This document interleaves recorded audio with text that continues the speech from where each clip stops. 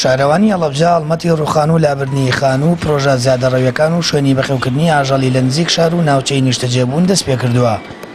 هەفتەی ڕابردوو ژمارەیەک لە گەورە و شوێنی بەخێوکردنی ئاژاڵ ڕوخێنرا. سەرۆکی شارەوانیش دەڵێ دەڵمەتەکەیان چڕ دەکەنەوە بۆ ئەوەی سیمای شارستانی بە شارە و ببینرێت و ژنگەیەکی لەبار بۆ دانیشتوانی سنوورەکە فەرهەم بکرێت. تەنها جوانکردنی شار تەنها بە شارەوانی ناکرێت، بە نەبوونی ئەم هەموو کارمەندە و بە نەبوونی ستافی بەشی زیادەڕۆیی بەڕاستی ئەرکی و سیماکردنی و جوانکردنی شار بەستەنها لە ئەستۆی شارەوانیانە ئەگەر هاوڵاتیان هاوکارمان نەبن. ئێمە لە هەفتەی ڕابردوو لە ڕۆژی چوارشەممە جگەلەوە ئێمە ئەو هاوڵاتیانە لە مانگی 11ەوە هەتاکۆم ئێستا کە مانگی حوتە بە چەند قۆناغێک ئاگادارم کردنەوە. لەگەڵ ئەوەشە هاوڵاتیان سکاڵای زۆرەکەن ناڕزایی زۆرەکەن لەبەری ئەو گەورانە بۆتە هۆی بەڵاوبوونەوەی نەخۆشی ژنگەیەکی پیس کردووە، چونکە میلیان هێنایە و کە تۆ میلی هێناوی عنی منەمەوە تەقەت لێ بکەم ڕوبەڕوونەوە دروست بوو لە بینی هاوڵاتیان و لە بینی تیمەکانی شارەوانیە.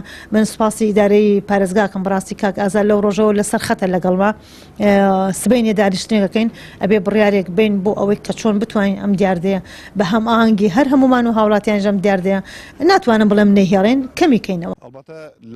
هاوڵاتیان دەست بە سەراگرتنی ئاژەڵی بەرەڵا و ڕوخانی شوێنی ئاژەڵداری لە نزیک شار بە هەنگاوێکی باش دەزانن.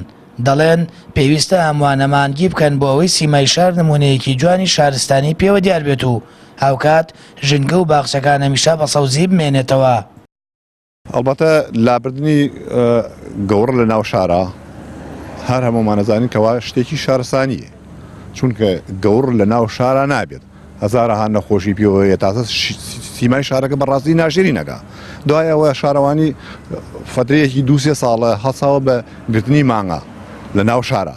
ینی بەڕاستی ئەوەی کەوا من ینی هەستم پێ کردوێت لە کەوا شارەوانی کردوێتی و لە هەموو شوێنەکە باسمان کردبێ ئەوەیە کەوا باشترین ئیش کراوە بۆ ئەوەی کەوا شارستانی بە شارەکەمانەوە دیار بێ. ئەچێتە حوشەی خەڵکیەوە گوڵی سەر شەقامەکانە خواچێتە سەر سەوزایەکان. ئەمە هەدیەرێکی شار ناشارستانیە لە بازارەکانە لە پارکەکانە مانگاچێتە ئەو شوێنانەوە زۆر شتێکی ناشرینە. ئەگەریش حکوومەت هەڵسێ بەلابردنی ئەمانە بە شێوەیەکی گشتگیر بێ، نەک فڵان دەستی هەبێ و فڵان کەس بناسێت دوایەکە بەرەڵایکەن یا ئازادیکەن بۆی ئەمەنا. ئەگەر بە شێوەیەکی گشتگیر و هەمووی بە یەک شێوە لا ببرێ ئەمە باش.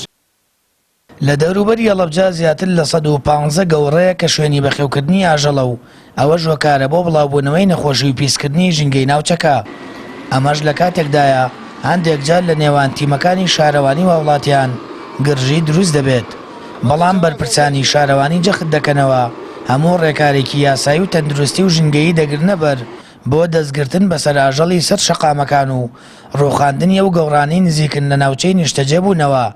ئەماش بۆ زیاتر پاراستنی هاوڵاتیان لە توشبوون بە نەخۆشی و مانەوەی ژینگەی پارێزگاکە.